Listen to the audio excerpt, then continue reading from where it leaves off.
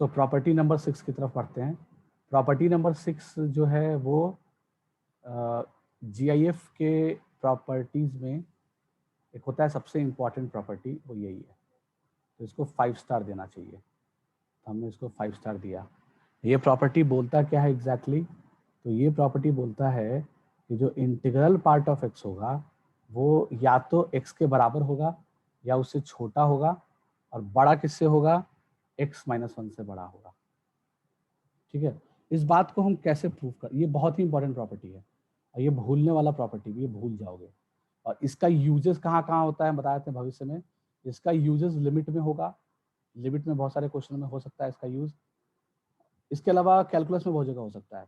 ठीक है, तो ये one of the most important property of the GIF है। तो और ये ऐसा प्रॉपर्टी है जो बच्चे जनरली भूल जाते हैं, तो इसको भूलना मत। तो हम जो बोलना चाह रहे थे वो ये था, कहानी ये है कि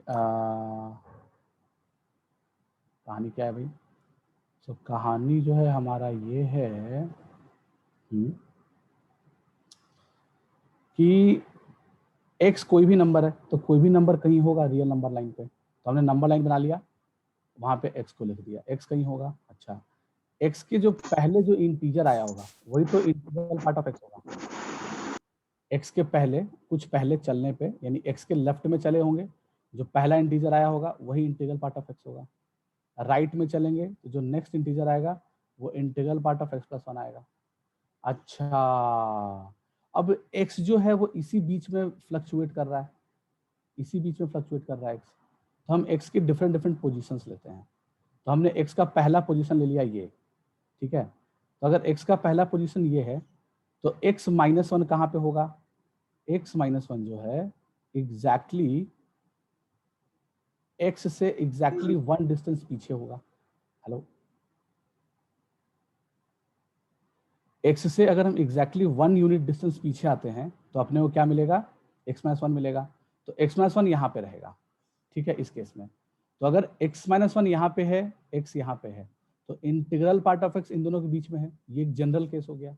अच्छा, अब अपने को एक चीज पता है कि जो x है वो इसी बीच में कहीं भी फ्लक्चुएट करेगा। तो हम दूसरा डायग्राम बनाते हैं।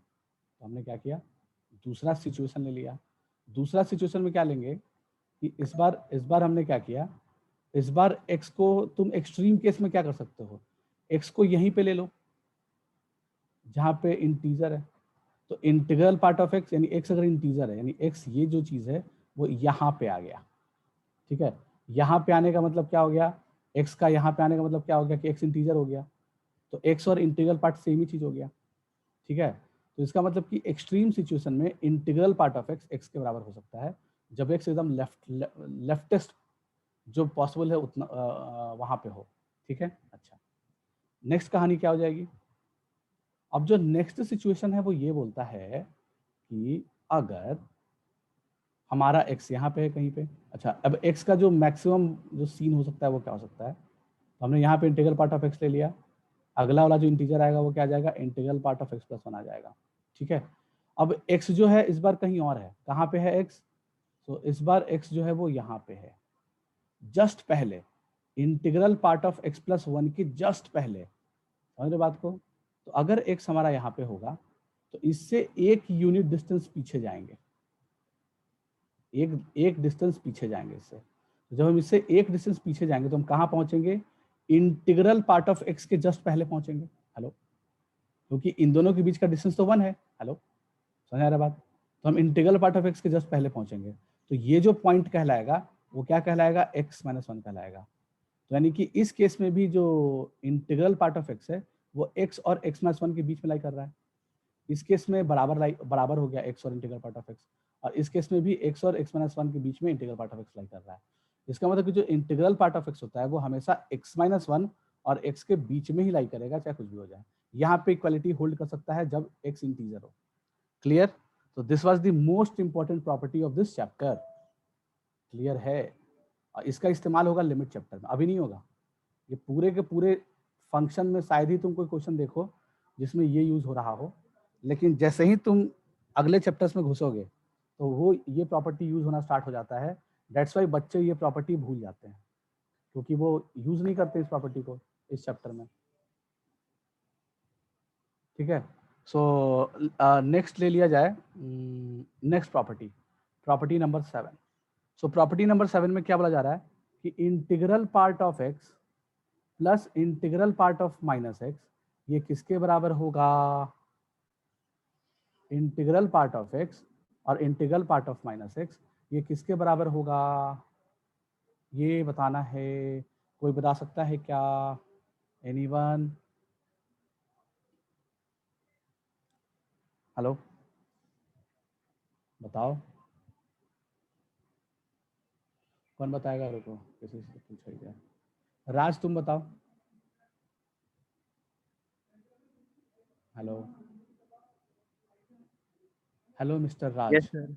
हाँ बताओ क्या होगा integral part of x plus integral part of minus x?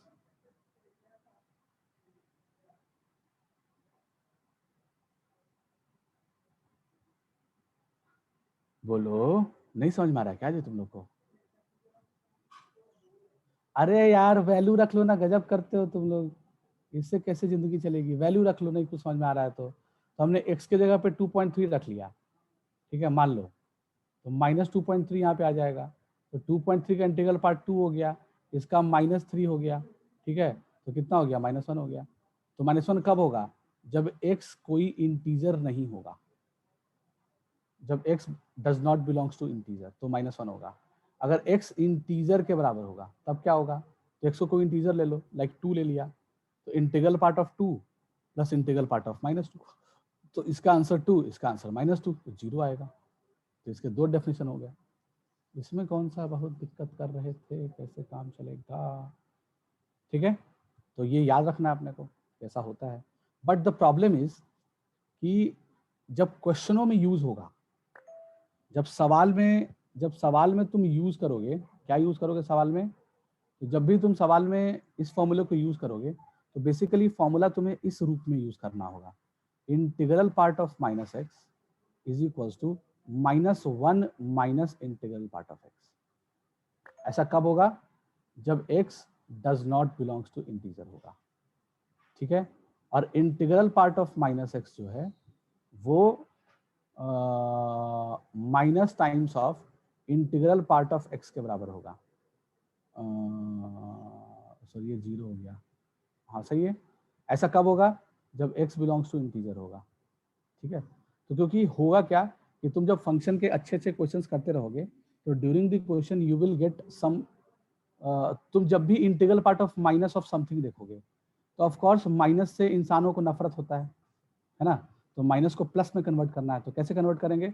अगर x इंटीजर नहीं है तब तो इसको लिख देंगे -1 minus integral part of x, ठीक है, आगे सॉल्व कर लेंगे। तो जो क्वेश्चन में यूज होगा फॉर्मूला वो इस तरीके से यूज होगा, जिसमें से ऊपर वाला ही मोस्टली यूज होगा, नीचे वाला तो याद रहता ही है सबको, ठीक है, क्लियर है? तो ऐसे याद कर लिया। So this was the 7th property of integral part of x.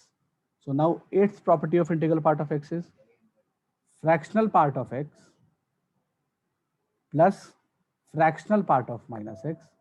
इसकी वैल्यू क्या होगी? कौन बताएगा? कोई बताओ क्या होगा इसका वैल्यू? 30 सेकंड में सोच लो, ठीक है, फिर मैं किसी को बोलता हूँ बताने के लिए। Who is going to tell this?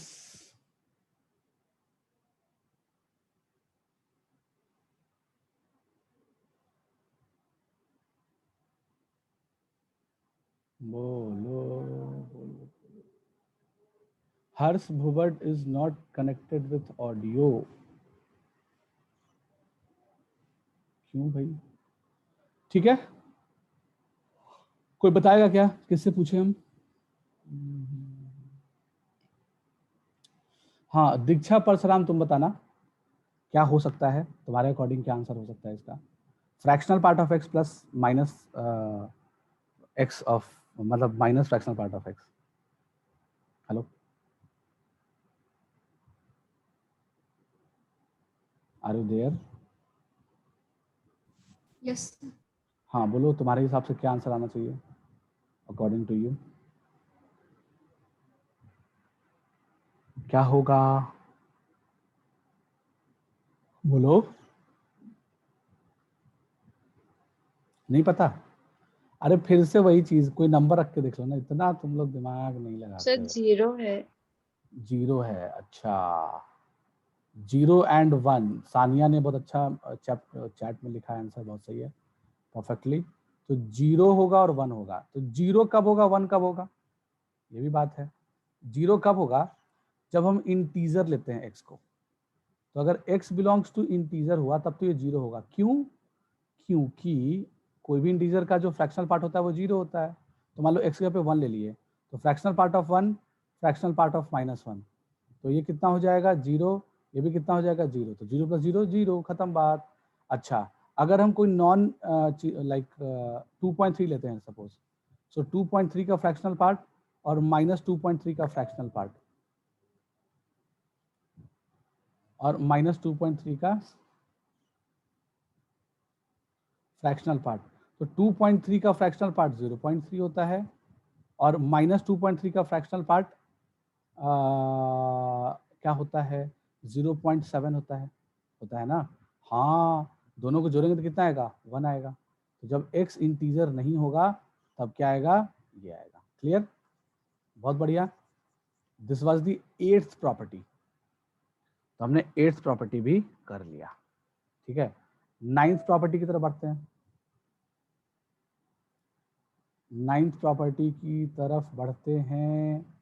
9th property में क्या हो जाएगा, integral part of x plus some integer. तो डब्बे में से आई को बाहर निकाल सकते हो। जैसे तुम इसको चाहो तो एग्जांपल लेके ही समझ लो। जैसे इंटीग्रल पार्ट ऑफ, अगर तुमसे कोई पूछे, हाँ,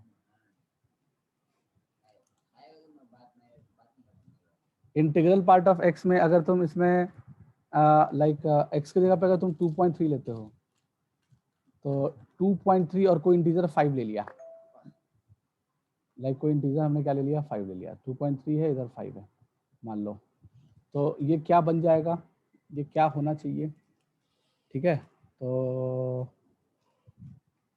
इसको लिख सकते हैं इंटीग्रल पार्ट ऑफ 7.3,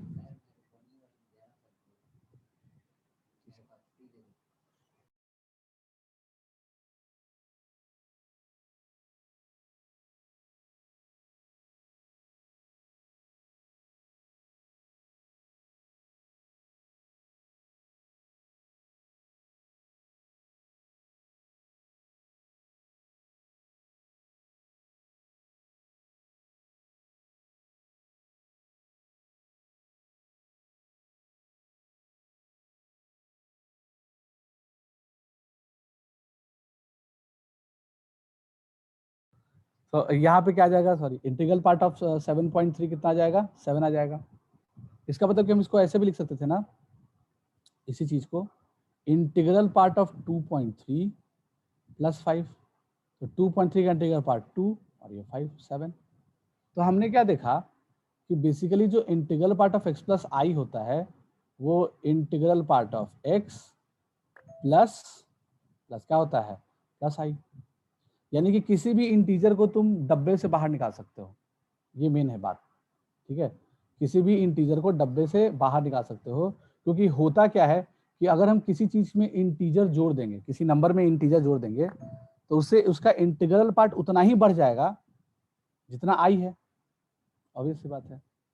जैसे 2.3 का इंटीग्रल पार्ट चाहिए था, अपने को इसका इंटीग्रल पार्ट चाहिए था, तो हमने इसका, इसमें अगर हम मान लो 5 जोड़ दिए, इसमें अगर हम 5 जोड़ दिए, तो 2.3 का इंटीग्रल पार्ट उतना ही बढ़ेगा, 2.3 का इंटीग्रल पार्ट उतना ही बढ़ेगा जितना इंटीजर जोड़ रहे हैं उसमें। तो 5 जोड़ रहे हैं, है ना, पहले से 2 था तो 7 हो जाएगा, समझ बात। यानी कि हम आई को बाहर निकाल सकते हैं, सिंपल सा बात है। तो डब्बे के बाहर आई निकल सकता है।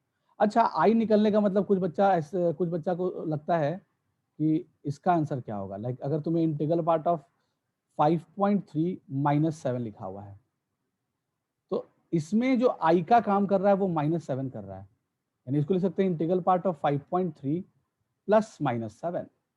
तो इसमें आई का काम कौन कर रहा है, -7 कर रहा है। तो इसका मतलब कि इसमें से -7 को बाहर निकाल सकते हैं, तो इंटीग्रल पार्ट ऑफ 5.3 -7, ठीक है। तो answer will be equals to 5 - 7 which is equals to -2। Clear. तो आई मतलब फॉर्मूला में प्लस लिखा हुआ, इसका मतलब ऐसा नहीं कि माइनस नहीं है, कोई भी नंबर ऐड करो या सब्ट्रैक्ट करो, जिस इंटीजर को ऐड या सब्ट्रैक्ट कर रहे हो उसको इंटीग्रल पार्ट में से तुम सब्ट्रैक्ट या ऐड कर लो डायरेक्टली। तो यानी कि I can be taken outside from the box, this is the main formula. ठीक है, आगे देखते हैं कहानी में। हाँ ठीक है, यही कहानी था और कोई इशू नहीं था इसमें। अब इसी में अगर तुमसे कोई पूछा जाए कि बताओ fractional part of x plus i, तो इसको भी चाहो तो एग्जांपल लेके ही देख सकते हो। लाइक फ्रैक्शनल पार्ट ऑफ 2.3 है मान लो, इसमें हमने 5 जोड़ दिया, तो इंटीजर जोड़ने से फ्रैक्शनल पार्ट पे कोई फर्क पड़ेगा क्या? हेलो, लाइक इसको इसका इसका क्या जाएगा, आ जाएगा 7.3, तो इसका फ्रैक्शनल पार्ट कितना है 0.3, तो 2.3 का फ्रैक्शनल पार्ट भी 0.3 था। तो अगर तुम इंटीजर किसी नंबर में जोड़ रहे हो और उसका फ्रैक्शनल पार्ट ले रहे हो तो उससे फ्रैक्शनल पार्ट पे कोई फर्क नहीं पड़ा।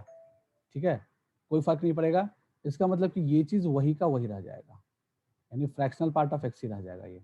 यानी कि आई को गायब कर सकते हैं किसमें से, फ्रैक्शनल पार्ट वाले डब्बे में से, यानी कर्ली ब्रैकेट वाले डब्बे में से आई को गायब कर दो और स्क्वायर ब्रैकेट वाले डब्बे में से आई को बाहर निकाल दो। क्लियर, आगे बढ़ते हैं कहानी में। So these are the properties. ठीक है, इसके अलावा भी 2-3 और प्रॉपर्टी चाहो तो तुम देख सकते हो। So I hope you have done with the slide. लिख लिए क्या? हाँ, वाह वाह वाह वाह वाह, लिख लिए, लिख लिए तो अच्छी बात है। Now we should move to the next thing, and next thing क्या है? 11 नंबर। अच्छा, 11 नंबर फॉर्मूला भी कह सकते हैं काइंड ऑफ, चलो फॉर्मूला ही बोल सकते हैं। जब भी तुम्हें ऐसा कोई क्वेश्चन मिल जाए, integral part of x equals to i, find its solution, find its solution, यानी कि फाइंड वैल्यूज ऑफ x, यानी बोल दे फाइंड वैल्यूज ऑफ x। ठीक है, तो कैसे करेंगे?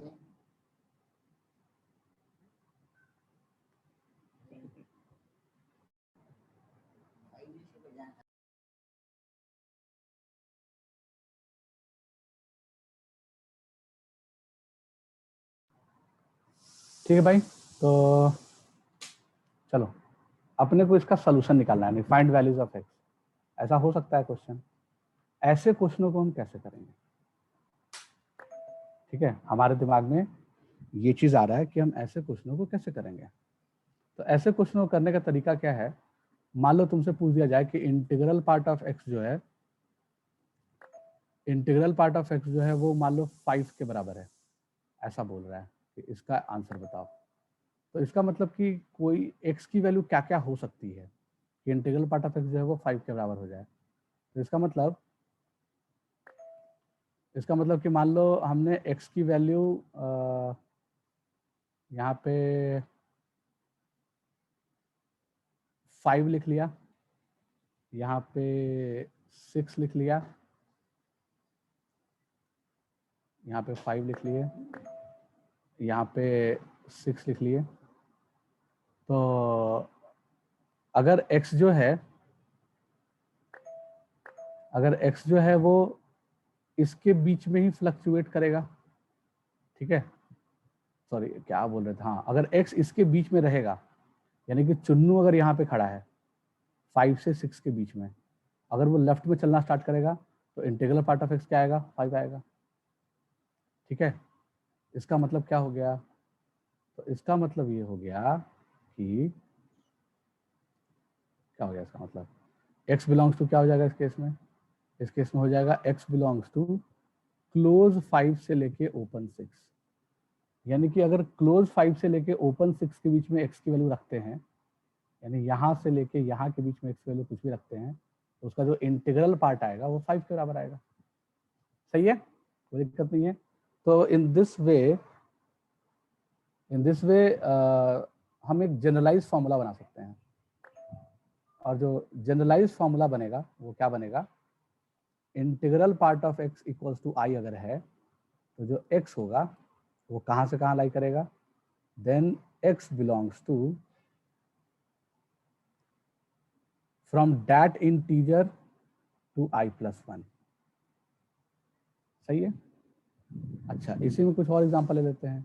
लाइक अगर इंटीग्रल पार्ट ऑफ x जो है वो -5 के बराबर है, ठीक है, तो हमने क्या किया, -4 और देखो -5 और -4 ऐसे बनाए। इसका मतलब कि x को कहाँ से कहाँ लाई करना पड़ेगा कि इंटीग्रल पार्ट -5 हो जाए, तो x को -5 से लेकर के -4 ओपन के बीच में लाई करना पड़ेगा। यानी कि चुन्नू अगर यहाँ कहीं भी खड़ा है इस रीजन में, लेफ्ट में चलेगा, पहला इंटीजर -5 आएगा, दैट विल बी दी क्या बोला था मैं, वही हमारा आंसर हो जाएगा। ठीक है, इसका मतलब कि इसके अकॉर्डिंग जो आंसर आया वो क्या आया, x बिलोंग्स टू -5 टू -4। तो -4 आया, इसका मतलब क्या हो गया, आई क्या है इस केस में, अगर तुम इसको आई बोल रहे हो, आई क्या है, -5 है। तो अगर हम फॉर्मूला जैसा सोचें, अगर हम फॉर्मूले की तरह सोचें, इतना दिमाग नहीं लगा, डायग्राम वगैरह नहीं बनाए, सीधे फॉर्मूले की तरह सोचें, तो आई क्या है, -5, तो आई से लेके i+1 तक, तो -5 + 1 तक, ठीक है, तो ये -4 हो गया। समझ में आया बात, ठीक है, ओके। तो हमने ये 11 नंबर का फॉर्मूला पढ़ लिया। 12 नंबर का फॉर्मूला पढ़ते हैं। अगर integral part of x equals to a आया and a does not belongs to integer, या इससे अच्छा है क्या मैसेज देते हैं, integral part of x equals to non integer,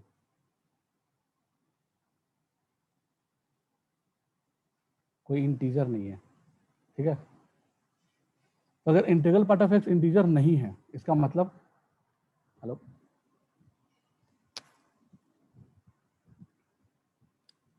अगर इंटीग्रल पार्ट ऑफ x जो है इंटीजर नहीं है, इसका मतलब क्या हो गया,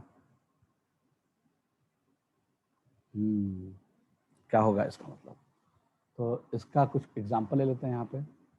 जैसे अगर हम integral part of x equals to 5.3 लिखे, तो क्या दुनिया में कोई ऐसा x मिलेगा क्या जिसका इंटीग्रल पार्ट नॉन इंटीजर हो? इंटीग्रल पार्ट तो हमेशा ही इंटीजर होता है, तो इसका मतलब कि इसका कोई आंसर है ही नहीं, तो x बिलोंग्स टू 5 होगा।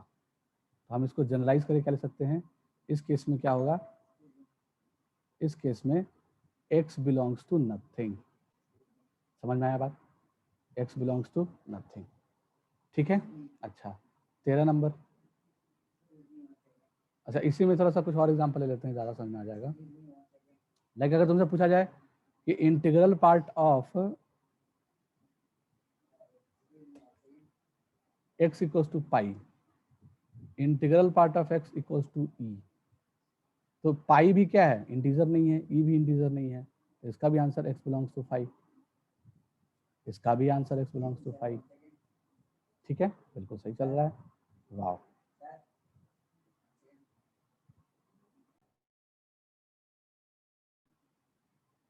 ठीक है, ये हो गया। 13वां नंबर प्रॉपर्टी क्या हो जाएगा, 13वां नंबर प्रॉपर्टी में ऐसा हो सकता है कि तुम्हें पूछा जाए कि बताओ integral part of x is greater than i, ठीक है, integral part of x is greater than i, ऐसे क्वेश्चन भी पूछे जा सकते हैं ऑफ कोर्स। तो integral part of x greater then i का मतलब क्या हो गया, integral part of x greater then i का मतलब क्या हो गया, जैसे एग्जांपल लेके देखते हैं, like integral part of x greater then 5, ऐसा है। इसका मतलब क्या हो गया, इसका मतलब हो गया कि जो इंटीग्रल पार्ट ऑफ x है वो या तो 6 के बराबर हो जाए, या तो 7 के बराबर हो जाए, या तो 8 के बराबर हो जाए, या तो 9 के बराबर हो जाए, एंड सो ऑन। क्योंकि इंटीग्रल पार्ट ऑफ x को 5 से बड़ा होना चाहिए, ठीक है, तो 5 से बड़ा होना चाहिए, यानी 5 से बड़ा इंटीजर कौन कौन सा है, 6 है, 7 है, 8 है, 9 है, एंड सो ऑन, ठीक है, ऐसा बहुत सारा चीज़ आ गया। तो इसका मतलब कि हमने नंबर लाइन ऐसे बना लिया, नंबर लाइन बनाने के बाद हमने 5 लिखा, 6 लिखा, और 7 लिखे,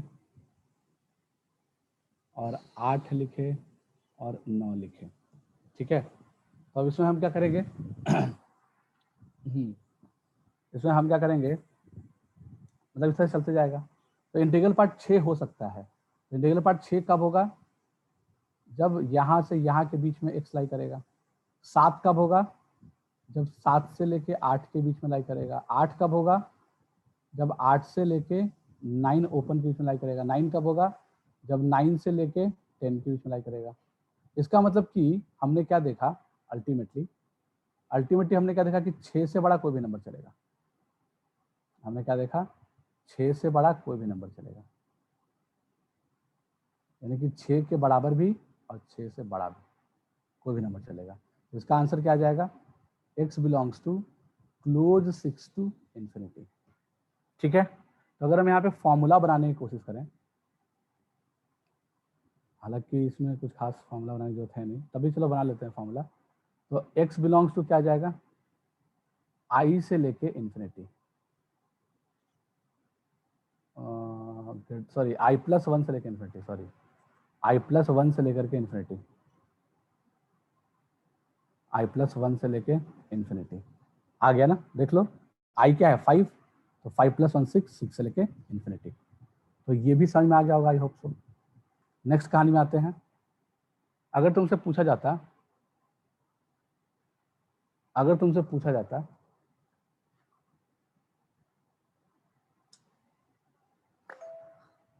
अगर तुमसे ये पूछा जाता कि लाइक लिख लेते हैं, like integral part of x जो है वो greater than equals to i है, तब आंसर क्या होता? ठीक है, देख लेते हैं क्या आंसर आएगा उस केस में। तो अगर integral part of x greater than equals to i की बात करें,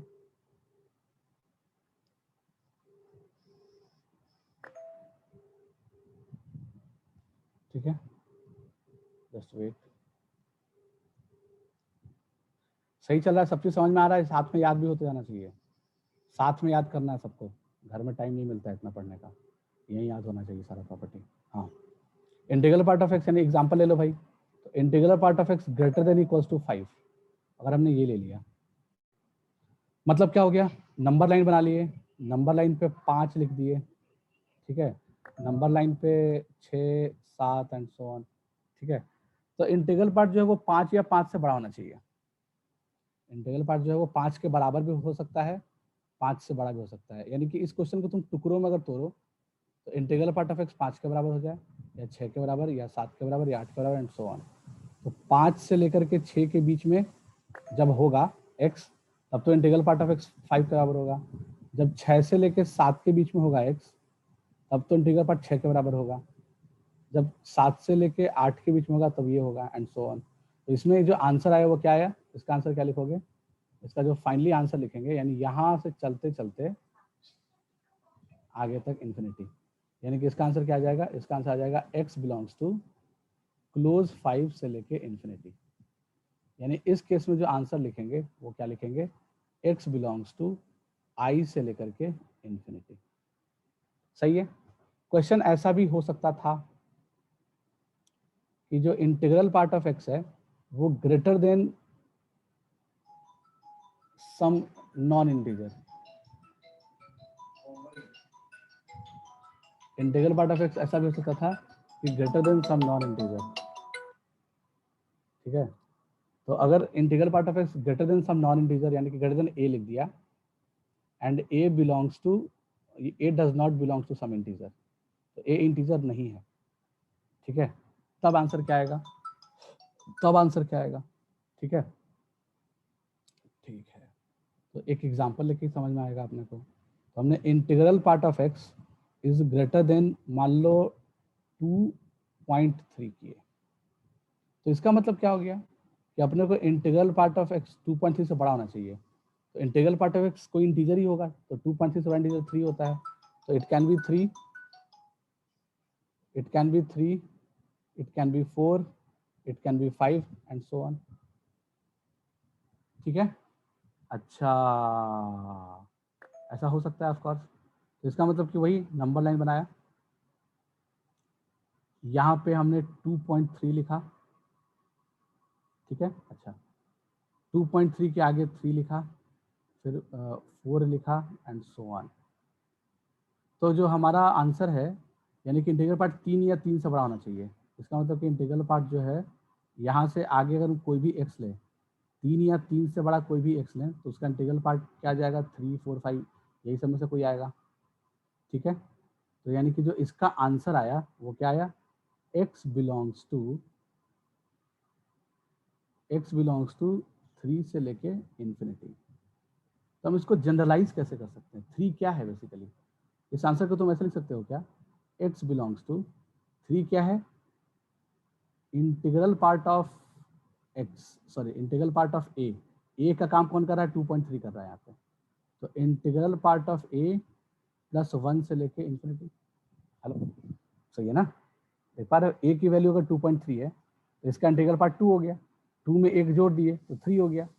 ठीक है, तो 3 से लेके इन्फिनिटी, समझ आया बात। इसका मतलब कि यहाँ से जो फॉर्मूला बनेगा वो क्या बनेगा, x belongs to integral part of a plus 1 से लेके इन्फिनिटी।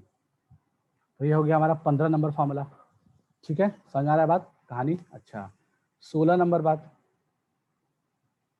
तुमसे अगर बोला जाए कि integral part of x less than some integer या less than equals to some integer i है, या पहले तो लेस देन आई के लिए बनाया जाए formula, integral part of x क्या है, लेस देन आई है। ठीक है, तो आंसर क्या आएगा, तो हम देखते हैं करके क्या आएगा।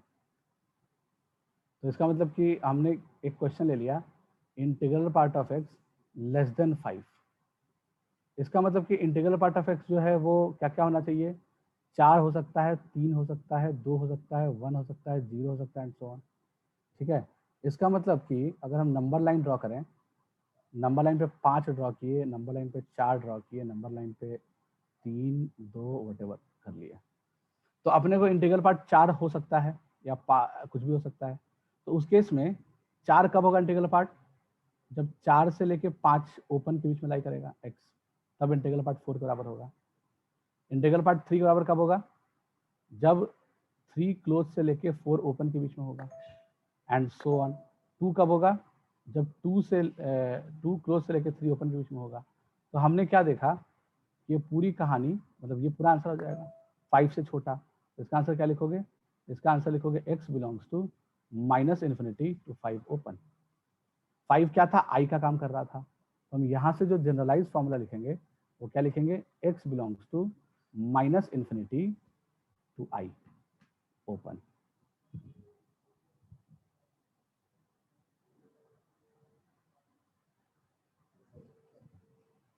तो ठीक है, ये कहानी आ गई, ये हो गया 16 number formula. Okay, I think right side वाला पार्ट लिख चुके हो, ये हम मिटा रहे हैं, ये पार्ट मिटा रहे हैं हम, देखिए ना। हेलो, राइट साइड वाला पार्ट लिख चुके हो क्या कि नहीं लिखे हो? हाँ, तो हम ये मिटा रहे हैं राइट साइड वाला पार्ट। ओके,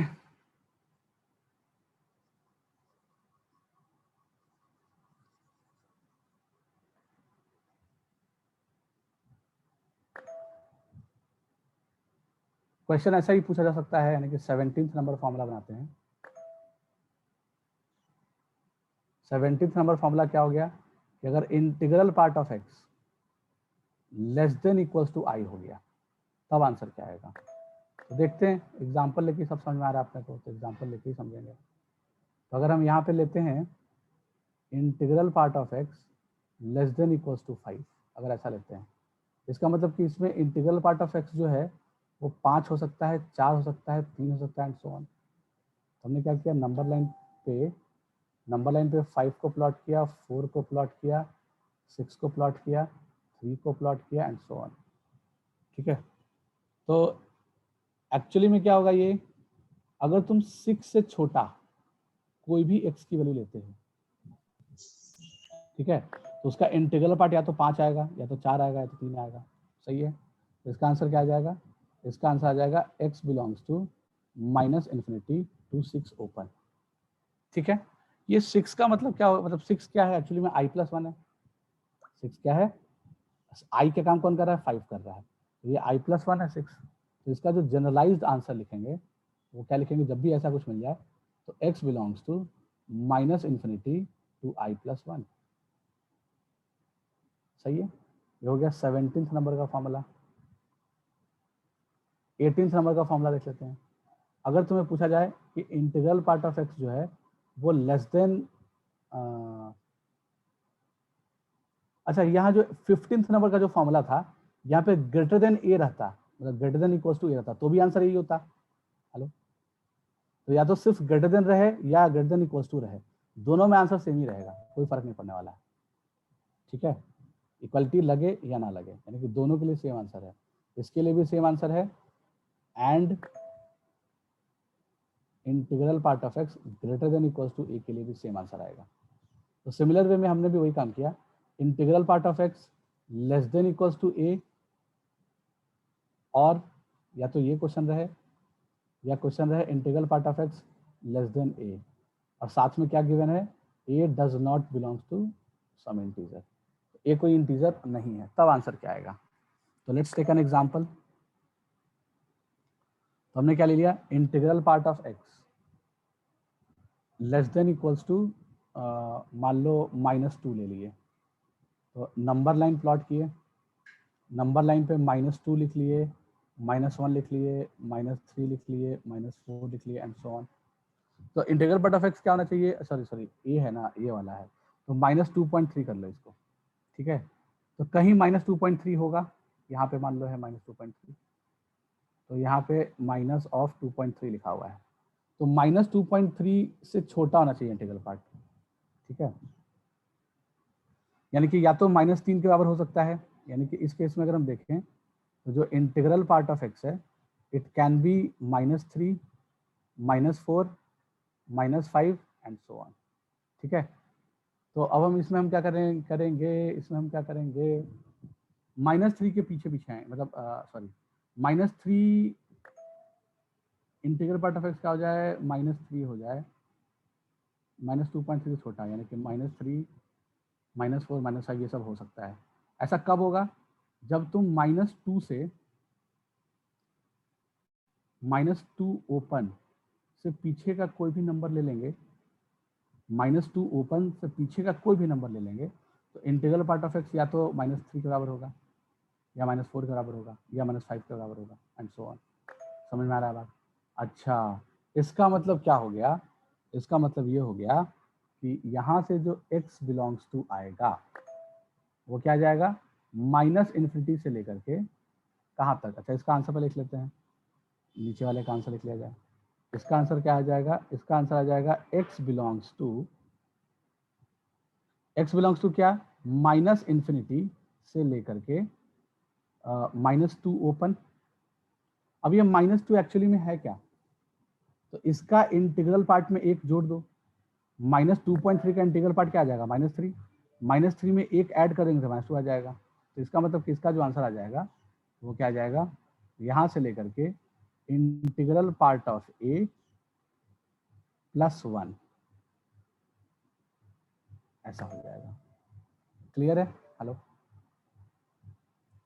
समझ आ रहा बात। तो ये 18 फॉर्मूले हो गए, ये सारे 18 फॉर्मूले याद रहेंगे। हालांकि इसमें बहुत रट्टा उट्टा नहीं मारना है, ऐसा नहीं कि बहुत भयंकर टाइप से रट्टा मार रहे हैं। ठीक है, ये समझने, ये सब तो अभी जो स्क्रीन पे जो भी फॉर्मूले लिखे हुए हैं ये तो समझने वाला है, तो नंबर लाइन बनाओगे अपने आप दिख जाएगा क्या होगा, तभी हमने ऐसा फॉर्मूला टाइप का बता दिया ताकि तुम्हारे लिए आसानी हो जाए चीज़ें। क्लियर है, आगे बढ़ सकते हैं कहानी में। सो हम कहानी में अब आगे बढ़ते हैं। ओके, सो हमने बहुत कुछ देख चुके हैं हम ये सब चीज़ के बारे में, तो आगे बढ़ते हैं। ये सब लिख लिए होगे, हेलो, यस सर, सारी बातें लिख लिए, कोई छूटा हुआ नहीं है, सब परफेक्ट हो गया। तो हमने फ्रैक्शनल पार्ट और इंटीग्रल पार्ट के बारे में सब कुछ जान लिया। ठीक है, अब कहानी आगे, कहानी आगे क्या होगा, आगे कहानी में, अच्छा जब तुम फंक्शन चैप्टर बनाओगे तो फंक्शन चैप्टर में जो क्वेश्चंस तुम्हें दिखेंगे, जैसे सिंगेज विंगेज खोलोगे या कोई भी बुक्स वगैरह खोलोगे तो उसमें बहुत कुछ दिख सकता है तुम्हें। बहुत कुछ दिखने का मतलब हम ये बोलना चाह रहे हैं कि तुम्हें इनवर्स ट्रिग्नोमेट्रिक फंक्शंस की भी चीज़ें दिख जाएगी, और इनवर्स तो पढ़े नहीं अभी तक। ठीक है, तो फंक्शन में थोड़ा सा मिक्स टाइप का तुम्हें एग्जाम्पल अच्छे बुक्स में मिल जाएगा जो आगे के चैप्टर्स इसमें यूज हो रहे होंगे, तो तुम्हें कोई प्रॉब्लम ना हो आगे चल के। वैसे हम ये पूरा चैप्टर पढ़ेंगे इनवर्स ट्रिग्नोमेट्रिक फंक्शन, अभी हम कुछ फॉर्मूले लिखवा रहे हैं ITF के। ठीक है, तो अभी हम क्या लिखवा रहे हैं, इनवर्स ट्रिग्नोमेट्रिक फंक्शन में डिटेल में नहीं जाएंगे, अभी हम बस इसके कुछ फॉर्मूले लिखवा रहे हैं तुम्हें, इनवर्स ट्रिगोनोमेट्रिक फंक्शन, ताकि अगर अगर फंक्शन चैप्टर में कहीं यूज हो रहा हो तुम कर पाओ। तो inverse trigonometric function, okay.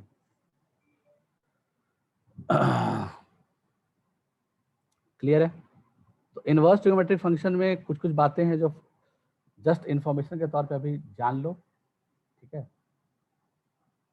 Detail पूरा एक चैप्टर है, ये पूरा चैप्टर के रूप में पढ़ेंगे आगे चल के, अभी अपने को ज़्यादा लोड नहीं लेना है। तो जैसे मान लो टी इनवर्स एक्स लिखा हुआ है, टी इनवर्स एक्स का मतलब क्या हो गया, t can be sine cos tan cot anything. तो टी जो है वो क्या क्या हो सकता है, टी साइन हो सकता है, कॉस हो सकता है, टैन हो सकता है, कॉट हो सकता है, सेक हो सकता है, कोसेक हो सकता है। तो यानी कि टी को मान लो साइन ले लिए, तो साइन इनवर्स एक्स, तो एक्चुअली में जो टी इनवर्स एक्स होता है ये क्या होता है, ये एक एंगल होता है, ठीक है। और x क्या होता है, x एक वैल्यू होता है, x क्या होता है, ये एक वैल्यू होता है, ठीक है। तो टी इनवर्स x में, टी इनवर्स x में टी इनवर्स x में जो ओवरऑल टी इनवर्स x के जो आउटपुट आएगा वो एंगल आएगा और ये वैल्यू आएगा। जैसे एग्जांपल के तौर पे मान लो तुमने एक चीज पढ़ रखा है, क्या पढ़ रखा है भाई, कि साइन ऑफ लाइक क्या ले लें, sine of pi by six, तो sine of pi by six की वैल्यू क्या होती है, 1/2 होती है, ठीक है। तो ये 1/2 क्या है, वैल्यू है, यानी ये x का काम कर रहा है, यानी ये वैल्यू है, ठीक है। पाई बाई सिक्स क्या है, एंगल है, ठीक है, ओके। तो हम इसी चीज को ऐसे लिख सकते हैं, sine inverse 1/2 equals to pi by six, ठीक है। साइन इनवर्स ऑफ 1/2 जो है वो पाई बाई 6 के बराबर आएगा। तो इन हियर हमने क्या देखा, 1/2 क्या है, 1/2 बेसिकली वैल्यू है और पाई बाई 6 क्या है, एंगल है, ठीक है। ये बात समझ में आ गया।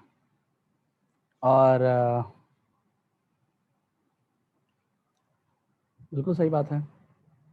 ये सब होने के बाद एक चीज जो ध्यान रखने लायक बात है कि इसमें दो फैमिली होता है, दो तरह के लोग होते हैं इसमें, कह सकते हो दो फैमिली होता है। एक होता है साइन इनवर्स एक्स, एक हो गया इसका रेसिप्रोकल कोसेक इनवर्स एक्स, और एक हो गया इसका टैन इनवर्स एक्स। तो इन तीनों का बिहेवियर लगभग सेम होता है। वैसे ही दूसरे फैमिली में आ जाएगा cos inverse x, cot inverse x, अच्छा कॉस इनवर्स एक्स लिख लिए, फिर आ जाएगा सेक इनवर्स एक्स, फिर आ जाएगा कॉट इनवर्स एक्स। बिल्कुल सही है, कहानी समझ रहे हो। तो इन तीनों का बिहेवियर, ये हो गया फैमिली 1, ये हो गया फैमिली 2। तो जब फॉर्मूले का लिस्टिंग कराएंगे तो बहुत सारे फॉर्मूले इनके जैसे होते हैं, वैसे ही इसके भी होते हैं, ठीक है। क्यों होता है, कैसे होता है, हालांकि है आसान चीज, बट उसको बताने लगेंगे तो फिर तो हम इनवर्स ट्रिग्नोमेट्रिक चैप्टर पढ़ाने लगेंगे।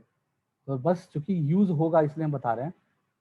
साइन इनवर्स एक्स जो है वो कहाँ से कहाँ लाई करता है, तो साइन, अच्छा इन सबका डोमेन देखते हैं पहले। तो ये तुम चाहो तो अभी अभी के लिए याद कर सकते हो इस चैप्टर के लिए, है ना। बाकी सब्सिक्वेंट इसका ये चैप्टर प्रॉपर पढ़ा जाएगा आगे चल के। तो साइन इनवर्स एक्स में एक्स की वैल्यू यानी कि डोमेन चाहिए अपने को। डोमेन मतलब क्या हो गया, एक्स की वैल्यू, अच्छा सॉरी ऊपर और लिखना चाहिए था इसको, एक टेबल टाइप का बना लेंगे।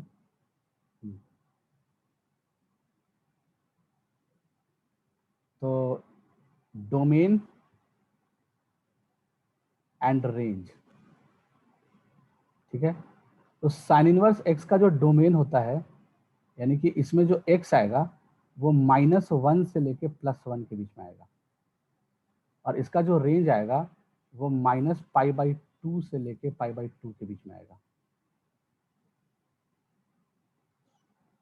अच्छा, इससे पहले हम एक चीज बता दें, ये जो तीनों फैमिली है, मतलब ये जो पहला फैमिली है जिसमें ये तीनों फंक्शन आ रहा है, इसका रिलेशन फोर्थ क्वाड्रेंट और फर्स्ट क्वाड्रेंट से होता है, बाकी से इसको कोई मतलब नहीं है। ठीक है, तो इसीलिए इसका रेंज क्या आ गया, -π/2 इसको बोलोगे, इसको 0 बोलोगे, इसको π/2 बोलोगे, तो यानी कि फोर्थ क्वाड्रेंट और फर्स्ट क्वाड्रेंट -π/2 से लेके π/2 रेंज आ गया साइन इनवर्स एक्स का। ओके, कोसेक इनवर्स एक्स का रेंज क्या आ जाएगा, मतलब इसका डोमेन क्या आ जाएगा, इसका डोमेन आएगा ऑल रियल नंबर में से -1 से लेके +1 को घटा दिया, यानी -1 से लेके +1 के बीच में कोई नंबर नहीं होगा, बाकी सब होगा इसका डोमेन में। ठीक है, यानी इसी चीज को हम ऐसे लिख सकते हैं, x बिलोंग्स टू -∞ से लेके -1 यूनियन 1 से लेके इन्फिनिटी। और इसी चीज को शॉर्ट में कैसे लिखेंगे, ऑल रियल नंबर में से -1 टू +1 सब्ट्रैक्ट कर दिया। क्लियर? इसका जो रेंज होता है कोसेक इनवर्स एक्स का, ठीक है, सो कोसेक इनवर्स एक्स का जो रेंज आएगा वो तुम्हारा आएगा, वो भी -π/2 से π/2 के बीच में ही आएगा, लेकिन 0 नहीं हो सकता है कभी भी। ठीक है, क्योंकि 0 कब होगा, जैसे अगर यहाँ पे देखें, जैसे sine theta equals to x है, मान लो लिखा हुआ, तो 1/sin थीटा, या फिर इसको साइन इनवर्स एक्स बोल दिया,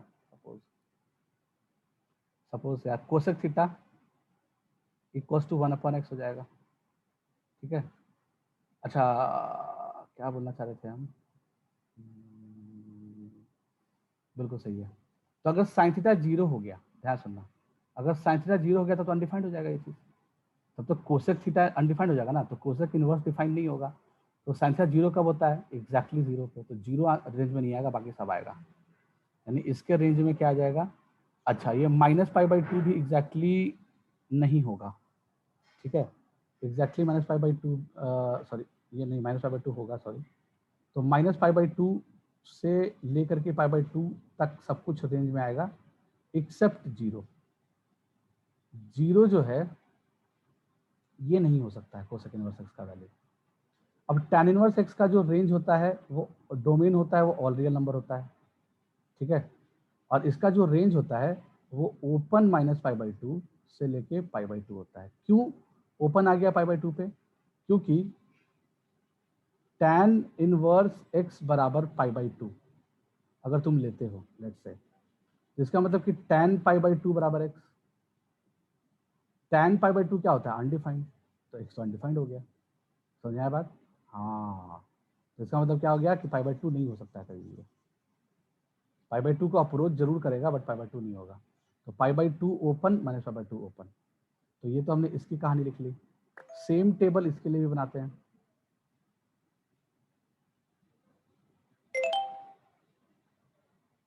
सेम टेबल जो है इसके लिए भी बनाएंगे हम। सेम टेबल क्या बनाया जाए भाई, तो चलो,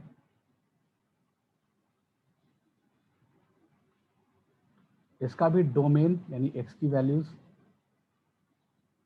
फिर इसका भी रेंज यानी कि पूरा फंक्शन का वैल्यू।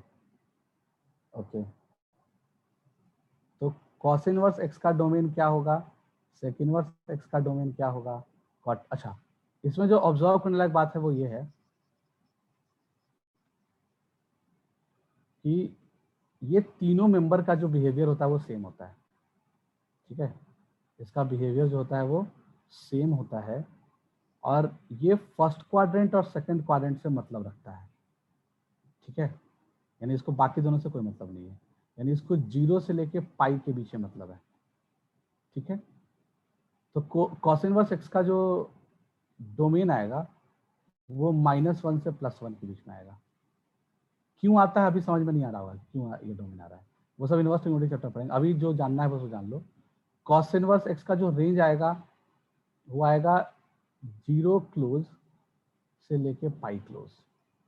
सेक इनवर्स एक्स का जो डोमेन आएगा वो ऑल रियल नंबर में से -1 से लेके +1 के बीच का नंबर हटा दिए, और इसका जो रेंज आएगा वो 0 से लेकर के, इसका जो रेंज आएगा वो 0 से लेकर के पाई के बीच में, बट ये π/2 कभी नहीं हो सकता है, क्योंकि π/2 होने का मतलब क्या हो गया, अगर तुमसे कोई बोले कि बताओ सेक इनवर्स एक्स जो है वो π/2 के बराबर है, इसका तुम्हें आंसर निकालना है, इसका मतलब कि जो सेक π/2 है वो क्या आ गया, एक्स आ गया। सेक π/2 को क्या लिख सकते हैं, 1/cos π/2, ठीक है। सो 1/cos π/2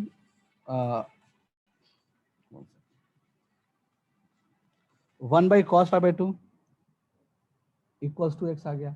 अब ये cos π/2 0 हो गया तो एक्स तो अनडिफाइंड हो गया, है ना, यानी कि π/2 कोई वैल्यू ले नहीं सकता ये, तो π/2 छोड़ के बाकी सब वैल्यू ले सकता है। This is the story behind this. Okay, so I think you have understood this.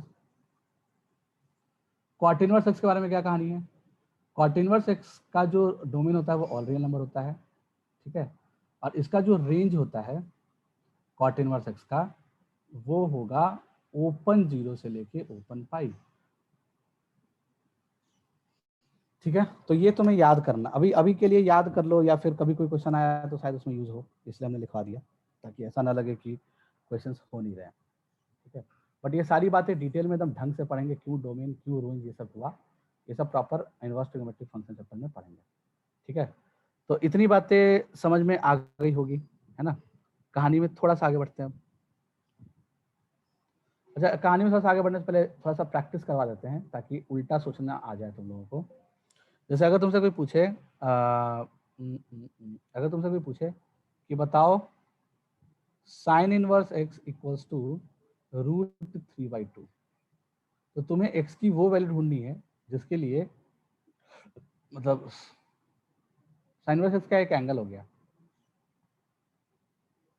Sign inverse x क्या, सॉरी क्या बोल दिया यार, गलती बोल रहा है, हाँ, sine inverse x equals to मान लो कुछ लिख देते हैं π/3, तो एक्स की वैल्यू क्या आएगी यार, ओ यार हम ये बोलना, अच्छा चलो फिर से आते हैं, हाँ, कुछ प्रैक्टिस कर लिया जाए फटाफट। तो लाइक साइन इनवर्स ऑफ, अगर तुमसे पूछा जाए साइन इनवर्स ऑफ -1/2, ये अगर पूछा जा रहा है तो मुझे बताओ कि साइन थीटा -1/2 के बराबर कब होता है। लेकिन अपने को पता है कि साइन इनवर्स एक्स जो है वो इस फैमिली का है, फैमिली 1 का मेंबर है, तो उसका जो रेंज होगा वो -π/2 से π/2 के बीच में होगा। तो -π/2 से लेके π/2 के बीच में साइन थीटा की वैल्यू -1/2 कब होती है, तो -π/2 यानी कि फोर्थ क्वाड्रेंट और फर्स्ट क्वाड्रेंट में ऐसा कब होता है कि साइन थीटा -1/2 वैल्यू ले, तो ऐसा कब लेगा, ये -π/6 पे लेगा, सही बात है। जब x की वैल्यू -π/6 होगी तो ये आंसर आएगा, क्लियर। ओके, अगर पूछा जाए तुमसे कि साइन इनवर्स ऑफ √3/2 बताओ,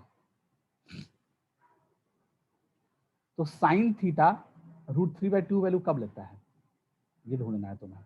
और कौन से क्वाड्रेंट, वैसे तो बहुत जगह लेता है √3/2, साइन थीटा जो है √3/2 वैल्यू तो इन्फिनिट प्लेसेस पे लेता है, इन्फिनिट नंबर के लिए लेता है ना। साइन थीटा की वैल्यू √3/2 थोड़ा ना सिर्फ एक ही एंगल के लिए आएगा, वो तो लाखों करोड़ों एंगल्स के लिए आ सकता है √3/2, है ना। ओके, लेकिन उसमें से मुझे बस वो एंगल ढूंढना है जो या तो फोर्थ क्वाड्रेंट में लाई करे या फर्स्ट क्वाड्रेंट में लाई करे, यानी -π/2 से π/2 के बीच में लाई करे। तो -π/2 से π/2 के बीच में एक ही ऐसा एंगल है जहाँ पे ये साइन इनवर्स, जहाँ पे साइन थीटा √3/2 लेता है, वो होता है π/3, π/3 आंसर आ गया। वैसे ही अगर तुमसे पूछा जाए tan इनवर्स -1 बताओ, ठीक है, तो तुम्हें tan थीटा -1 कब होता है, क्योंकि ये फैमिली 1 का है, तो यानी कि फोर्थ क्वाड्रेंट और फर्स्ट क्वाड्रेंट में से कोई एक एंगल बताओ जहाँ पे tan थीटा -1 वैल्यू लेता है। तो tan थीटा जो है वो -1 वैल्यू कब लेता है, tan थीटा -1 वैल्यू लेता है -π/4 पे, सही है। ओके, नाउ और भी इसमें चीजें ऐड कर सकते हैं। लाइक अगर तुमसे पूछा जाए कि बताओ कॉस इनवर्स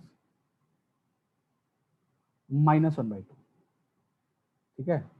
तो कॉस थीटा जो है वो 1/2 वैल्यू कब लेता है, 1/2 वैल्यू लेता है π/3 पे, ठीक है।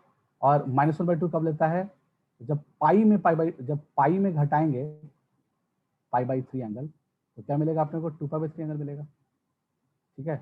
तो जब जब जब जब 2π/3 एंगल होता है तब कॉस -1/2 वैल्यू लेता है, यानी कि कॉस ऑफ 2π/3 जो होता है वो -1/2 के बराबर होता है, ठीक है।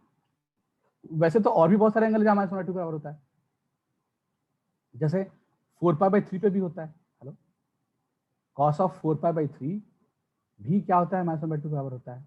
बट अपने को सारा एंगल नहीं चाहिए, क्योंकि अपने को पता है कि कॉस जो है वो सेकंड फैमिली का मेंबर है, यानी कि it has to deal with only first quadrant and second quadrant, so the answer must be from first और सेकंड क्वाड्रेंट। तो सेकंड क्वाड्रेंट में ही कॉस नेगेटिव लेगा, और कहाँ पे लेगा, 2π/3 पे लेगा। इसका आंसर क्या लिखेंगे, 2π/3 लिखेंगे। आई होप चीजें समझ में आ गई। Hello, yes sir. हाँ, तो बस अभी इतना ही जानना है, और इसके ग्राफ्स जानने हैं अपने को, सारा चीज का ग्राफ। तो ग्राफ हम अभी बता देते हैं, तो जब हम इनवर्स ट्रिग्नोमेट्रिक फंक्शन चैप्टर पढ़ाएंगे तो वहाँ पे ग्राफ नहीं बनवाएंगे, ठीक है, क्योंकि हम इन 6 ट्रिग्नोमेट्रिक फंक्शन से ग्राफ बता देता हूँ, ताकि ट्रांसफॉर्मेशन ऑफ ग्राफ और बाकी चीज़ों में तुम्हें हेल्प मिले, ठीक है ना, क्योंकि फंक्शंस में यूज हो सकता है। तो ग्राफ को तुम रट ही लेना कैसे भी करके, फिर कैसे बनता है वो उस टाइम में भी बताएंगे। आई होप लिख ली है सारी कहानी जो भी स्क्रीन पे अभी है। आगे बढ़े। Hello, yes sir. ओके, सो हम आगे बढ़ रहे हैं कहानी में, और कहानी में आगे बढ़ के हमने क्या देखा उस पर विचार कर लिया जाए। सो अभी डोंट वरी क्यों हो रहा है, हर चीज जानेंगे, लेकिन इनवर्स ट्रिग्नोमेट्रिक फंक्शन में क्यों ये ग्राफ बन रहा है, कैसे बन रहा है क्या नहीं है, सब जानेंगे। बट थोड़ा सा पेशेंस रखना चाहिए, क्योंकि मैथमेटिक्स क्या है, एक थ्रिलर वेब सीरीज है, समझ रहे हो। तो सब कुछ पहला एपिसोड में तुमको समझ में नहीं आएगा, कुछ कहानी पहला एपिसोड का कुछ अननोन सीक्रेट लास्ट एपिसोड में होता है खुले, बट खुलेगा जरूर, है ना। तो थोड़ा सा अभी हम तो चाह रहे हैं कि तुम याद ही कर लो, उतना समझाना में तो पूरा चैप्टर पढ़ाना पड़ जाएगा। एक्चुअली ये पूरे चैप्टर में पढ़ते ही वही बात है कि कैसे ये आ रहा है। तो हम पहला ग्राफ बनाते हैं y equals to sine inverse x का, y equals to sine inverse x का। तो अभी अभी हमने इसका डोमेन याद किया कि -1 से लेके +1 के बीच में होता है, ये -1 से लेके +1 के बीच में होता है, और इसका जो रेंज होता है वो -π/2 से लेकर के π/2 के बीच में होता है। तो अगर तुम्हें इसका ग्राफ बनाना होगा तो तुम क्या करना है, ऐसे एक रेक्टेंगुलर बॉक्स बना लो, ताकि ग्राफ बनाना आसान हो जाए तुम्हारे लिए। ऐसे हमने एक रेक्टेंगुलर बॉक्स बना लिया, okay. Graph of sine inverse x will look like this.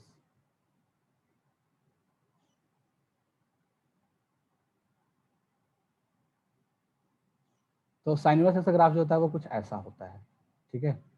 इसको याद रखना है अपने को। सेकंड ग्राफ बनाते हैं, y equals to cos inverse x। Graph हम इसलिए बोल रहे हैं याद करने के लिए, अगर तुम ग्राफ याद कर लोगे तो तुम ये टेबल अपने आप बना सकते हो, ठीक है ना। डोमेन रेंज देख ही सकते हो ग्राफ से, तो ग्राफ ही याद करना ज़्यादा बेटर है। तो सारे ग्राफ तुम्हें याद होने चाहिए। तो नेक्स्ट ग्राफ हम लेंगे कॉस इनवर्स x का। सो एक मिनट या just wait, I am moving to the next thing. So इस बार हमने वही कहानी किया, कॉस इनवर्स x का डोमेन भी क्या होता है, -1 to +1, और इसका जो रेंज होता है वो 0 से लेके पाई के बीच में होता है, ठीक है। तो हम क्या करेंगे, ऐसे डब्बा बनाएंगे, एक रेक्टेंगुलर बॉक्स बनाया। रेक्टेंगुलर बॉक्स बनाने के बाद यहाँ π/2 को मेंशन कर दिए, ठीक है। इसका ग्राफ डिक्रीजिंग नेचर का होता है, तो ग्राफ यहाँ से शुरू होगा, ऐसे गिरते गिरते गिरते गिरते यहाँ तक ऐसे जाएगा। तो this is the graph of y equals to cos inverse x, ठीक है। क्लियर, आगे बढ़ते हैं। तीसरा नंबर ग्राफ, तीसरा नंबर का जो ग्राफ है वो y equal to tan inverse x का ग्राफ है। So y equal to tan inverse x का जो ग्राफ होता है वो कैसा होता है? ऑफ कोर्स, तो tan इनवर्स x का डोमेन क्या होता है? All real number. इसका मतलब कि ये पूरे रियल नंबर में ये ग्राफ बनेगा।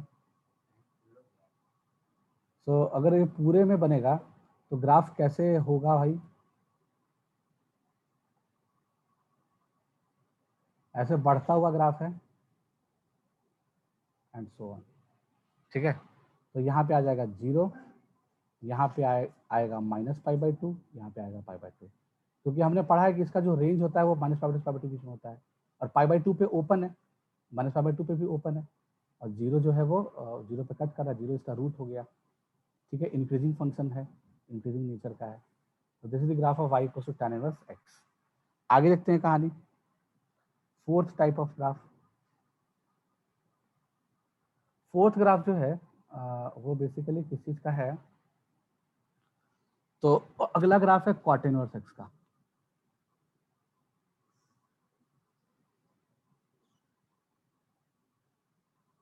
तो cot इनवर्स x जो है वो 0 से लेके पाई के बीच में लाई करता है।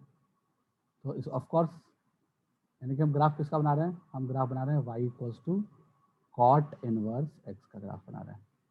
ठीक है, यहाँ पे 0, यहाँ पे पाई, बीच में कहीं π/2 भी आ रहा होगा ऑफ कोर्स। इसका डिक्रीजिंग नेचर ग्राफ होता है, मतलब ग्राफ जो है वो यहाँ से ऐसे ग्राफ आएगा, ग्राफ यहाँ पे डिक्रीज कर रहा है और ग्राफ ऐसे आएगा। So this is the graph of y equals to cot inverse x.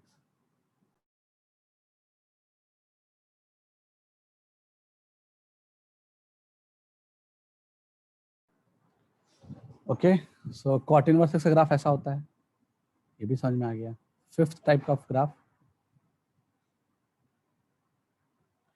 Fifth type of graph जो हो गया वो हो गया graph of y equals to sec inverse x।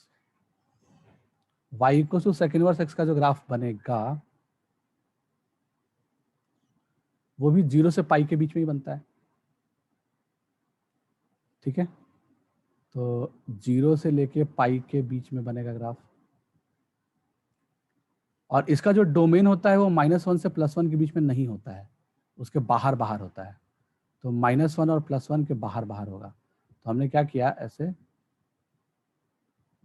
बना लिया, यानी कि इस बक्से के अंदर ये जो बक्सा बना, इस बक्से के अंदर ग्राफ नहीं होगा, इसके बाहर बाहर ही ग्राफ होगा जहां भी होगा। ठीक है, ओके, बीच में कहीं π/2 आ रहा होगा, बीच में कहीं π/2 आ रहा होगा।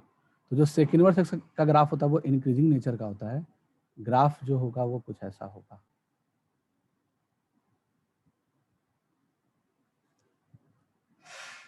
ग्राफ जो होगा वो कुछ ऐसा होगा। तो this is the graph of y equals to sec inverse x, and the last graph is y equals to cosec inverse x. तो अभी जैसे हम लोग जब फंक्शन पढ़ेंगे आगे चल के, तो अब सब्सिक्वेंट लेक्चर्स में हम लोग डोमेन और रेंज निकालना सीखेंगे। ठीक है, तो वहां पे तुम्हें ये ग्राफ यूज होगा। That's why I am telling you try to memorise it. तो इसमें इनवर्स ट्रिग्नोमेट्रिक फंक्शन हमने बोला है कि मैथ्स में कुछ टॉपिक ऐसे होते हैं जो समझ में बाद में आएगा, रटना पहले पड़ेगा। तो जरूरी नहीं है कि हर टॉपिक पहले समझा जाता है फिर रटा जाता है, कुछ टॉपिक पहले रटा जाता है फिर समझा जाता है, समझ रहे हो? तो इनवर्स ट्रिग्नोमेट्रिक फंक्शन वैसा ही है, पहले रटो बाद में समझ में अपने आप आ जाएगा। ठीक है, सो रटने में पीछे नहीं रहना है। तो ऑफ कोर्स ये -π/2 से π/2 के बीच में लाई करता है। तो यहाँ 0, यहाँ पाई, यहाँ π/2, यहाँ -π/2, यहाँ π/2, यहाँ पे 0। और कोसेक इनवर्स एक्स जो होता है ये भी -1 और +1 के बाहर बाहर होता है, यहाँ -1 होगा, यहाँ +1 होगा। ठीक है, अब हम क्या करेंगे भाई, जल्दी बताओ। तो इसका जो ग्राफ होगा वो डिक्रीजिंग नेचर का होता है। So the graph will look like this, graph will look like this. तो ग्राफ जो है वो कुछ ऐसा दिखेगा। ठीक है। So this is the graph of y equals to cosec inverse x। तो ग्राफ देख के डोमेन कैसे पहचानते हैं, ये हमने फर्स्ट क्लास में बताया था, इंट्रोडक्शन टू ग्राफ लेक्चर 1, जिसमें हमने बताया था कि ग्राफ देख के कैसे डोमेन, रेंज, रूट, इंक्रीजिंग है, डिक्रीजिंग है ना, बाउंडेड है, अनबाउंडेड है, एंड एवरीथिंग सब पता कर सकते हैं। ठीक है, तो ये सब चीज़ तुम्हारा काम है कि उन सारी बातों को इसमें ऑब्जर्व करना। ठीक है, लिख लिए क्या? जल्दी करो। Yes sir. ओके ओके, हाँ सर। बहुत बढ़िया बहुत बढ़िया। इसके अलावा कुछ फॉर्मूलेज हैं इनवर्स ट्रिग्नोमेट्रिक फंक्शंस में। अभी हम जस्ट सेट ऑफ फॉर्मूला लिखवा रहे हैं। क्यों आता है, कैसे आता है, हालांकि है इजी चीज़, बहुत इजी है, ऐसा नहीं कि बहुत टाइम लगेगा। तो एक बार ट्राई करना खुद से याद करने का, बट अभी नहीं भी याद करोगे चलेगा, अभी बस तुम नोट्स कॉपी में मेंटेन रखो ताकि कभी कोई क्वेश्चन आ जाए उसमें वो यूज हो रहा हो तो तुम फॉर्मूले लगा पाओ। तो जो फर्स्ट सेट ऑफ फॉर्मूला है, वो क्या है? पहला उसमें sine inverse minus x, cosec inverse minus x and tan inverse minus x. तो नेगेटिव को तुम बाहर निकाल सकते हो इन तीनों में, तो इसको लिख सकते हैं माइनस साइन इनवर्स एक्स, इसको लिख सकते हैं माइनस कोसेक इनवर्स एक्स, और इसको लिख सकते हैं माइनस टैन इनवर्स एक्स। तो नेगेटिव को हम बाहर निकाल सकते हैं। ठीक है, अब दूसरी फैमिली के फॉर्मूले को देख लेते हैं, फैमिली नंबर 2। तो फैमिली नंबर 2 का जो फॉर्मूला होता है वो होता है cos inverse minus x, cos inverse minus x, cos inverse minus x, cos inverse minus x, ई क्या आ जाएगा? सेक इनवर्स माइनस एक्स, एफ क्या आ जाएगा? Cot inverse minus x. Okay, so इन सब में नेगेटिव जब बाहर निकलेगा तो कुछ ऐसे निकलेगा, ये हो जाएगा pi minus cos inverse x, ये हो जाएगा pi minus sec inverse x, और ये हो जाएगा pi minus cot inverse x. ऐसा क्यों हुआ? क्यों हुआ ऐसा, समझिए बात को। तो ऐसा इसलिए हो रहा है, ऐसा अच्छा क्यों हो रहा है, चलो तो बात की बात है। मतलब इस फॉर्मूले में हमने क्या सीखा? निगेटिव आर्गुमेंट को पॉजिटिव बनाना सीखा। जैसे साइन इनवर्स के अंदर निगेटिव है तो उसको पॉजिटिव बनाना है, तो बाहर माइनस ले लो। कॉस इनवर्स के अंदर आर्गुमेंट नेगेटिव है, उसको पॉजिटिव बनाना है, तो पाई माइनस ऐसे लिख लो। समझ आया बात? तो this was the first set of formula. Second set of formula जो इसमें यूज होगा, तो जो सेकंड सेट ऑफ फार्मूला हो गया वो हो गया रेसिप्रोकल वाला फार्मूला। सो रेसिप्रोकल वाला फार्मूला जो हो जाएगा वो क्या हो जाएगा? वो हो जाएगा साइन इनवर्स, अच्छा चलो दूसरा फार्मूला, चलो sine inverse x plus cos inverse x, tan inverse x plus cot inverse x, और sec inverse x plus cosec inverse x. इनका जो सम होता है ये पाई बाई 2 के बराबर होता है। ठीक है, तो ये हो गया कॉम्प्लीमेंट्री एंगल फार्मूला। क्लियर चल रहा है सब कुछ? ओके, इसके बाद कहानी का हम मतलब ये याद कर लो, हालांकि साथ में कंडीशंस भी हैं इसमें कि x कहाँ से कहाँ लाई करेगा, वो सब हम लिख नहीं रहे हैं। This is not the complete formula, just काम तुम्हारा चल जाए फंक्शन चैप्टर में, हम वो बताना चाह रहे हैं बेसिकली तुम्हें। ठीक है, so third set of formula is, उसमें ए ले लिया, ए ले लिया। ए पार्ट में क्या है कि जो साइन इनवर्स एक्स होगा उसको लिख सकते हैं हम लोग कोसेक इनवर्स 1/x, यानी कि उल्टा भी ट्रू है, यानी कि उल्टा भी ट्रू है। अगर 1 बाई नहीं, अगर 1 बाई अगर हम यहाँ पे ऐसा रखता, मान लो cosec inverse something, cosec inverse something, जैसे मान लो कुछ भी है लाइक x है, तो अगर हम 1/x को x ले लें तो कोसेक इनवर्स x क्या हो जाएगा, ये हो जाएगा साइन इनवर्स 1/x। ठीक है, दोनों एक ही बात है, बस हमने इसी वाले फॉर्मूले में x को 1/x से रिप्लेस कर दिया, तो एक ही चीज बन गया। समझ में आ रहा है बात? अच्छा, बी फॉर्मूला क्या हो जाएगा इसमें, कॉस इनवर्स 1/x को लिख सकते हैं सेक इनवर्स x, या फिर तुम ऐसे ही बोल सकते हो कि कॉस इनवर्स x को लिख सकते हैं सेक इनवर्स 1/x। एक ही बात है, दोनों ज़्यादा फर्क नहीं पड़ रहा है। सी फॉर्मूला क्या हो जाएगा, टैन इनवर्स x। ये थोड़ा टैन इनवर्स x ये थोड़ा कैची है, इसमें दो डेफिनेशन है तो इसको दोनों ही बताते हैं। तो ये कॉट इनवर्स 1/x के बराबर कब होगा, जब x पॉजिटिव होगा। ठीक है, और ये minus pi plus cot inverse 1/x के बराबर होगा जब x नेगेटिव होगा। So these are the set of formulas. तो अभी तक हमने ITF में ये तीनों सेट ऑफ फॉर्मूला याद होना चाहिए। ठीक है, ये यूज हो सकता है फंक्शन चैप्टर में, डोमेन रेंज के सवाल में। ये 6 ग्राफ याद होना चाहिए, और फिर ये डोमेन रेंज वटेवर जो भी है। तो हमने 3 स्लाइड में ITF का एक, एक्चुअली ये पूरा चैप्टर बता दिए तुम्हें, इतना शॉर्ट में बताया कि तुम्हें पता भी नहीं चला होगा क्या चला क्या नहीं चला। तो एक्चुअली तुमने ITF चैप्टर में तुम यही चीज को डिटेल में पढ़ोगे। समझ रहे बात को? जितना चीज अभी तक हमने बताया एग्जैक्टली यही बात तुम इनवर्स ट्रिग्नोमेट्रिक फंक्शन चैप्टर में पढ़ोगे, बट इसी का डिटेल वर्जन पढ़ते पढ़ते 5-7 लेक्चर लग जाएगा। उसको हमने 10 मिनट में समराइज कर दिया, और अब तुम लोग रटने में तेज हुई, आई होप रट लोगे, है ना?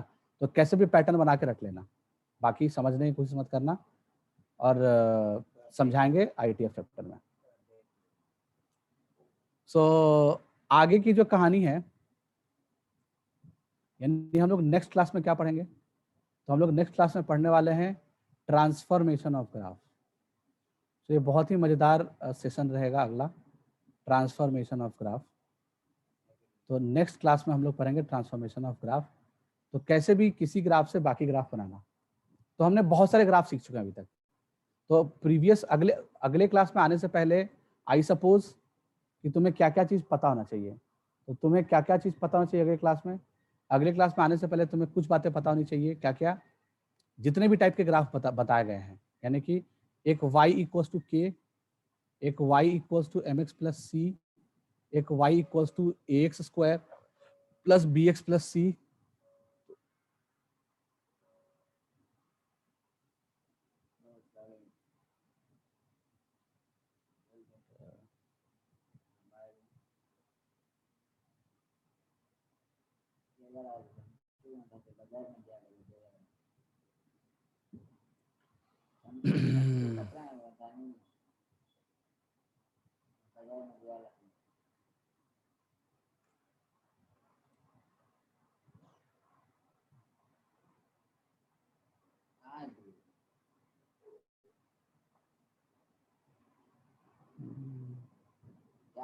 क्या बजट में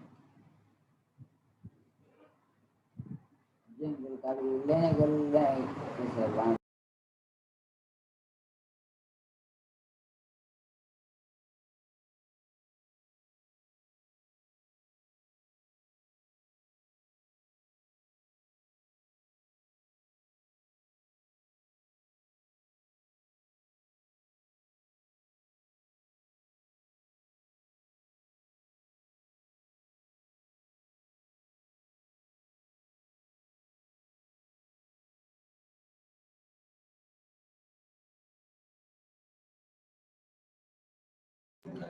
तो ये जो भी ग्राफ हम बता रहे हैं sine cos tan cot cosec से,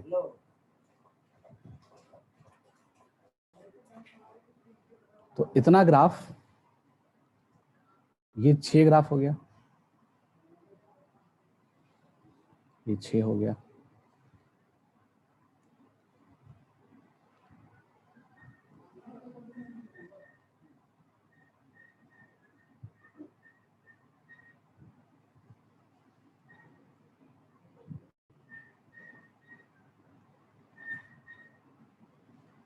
तो y equals to a raise to x में 2 टाइप का ग्राफ होता है, एक में a 0 से 1 और एक में a 1 से बड़ा। ठीक है। ln(x) में भी दो टाइप का होता है, जिसमें एक में बेस मतलब log x अगर आप कह सकते हो, एक में बेस log ax, एक में a 0 से 1 और एक में a 1 से बड़ा।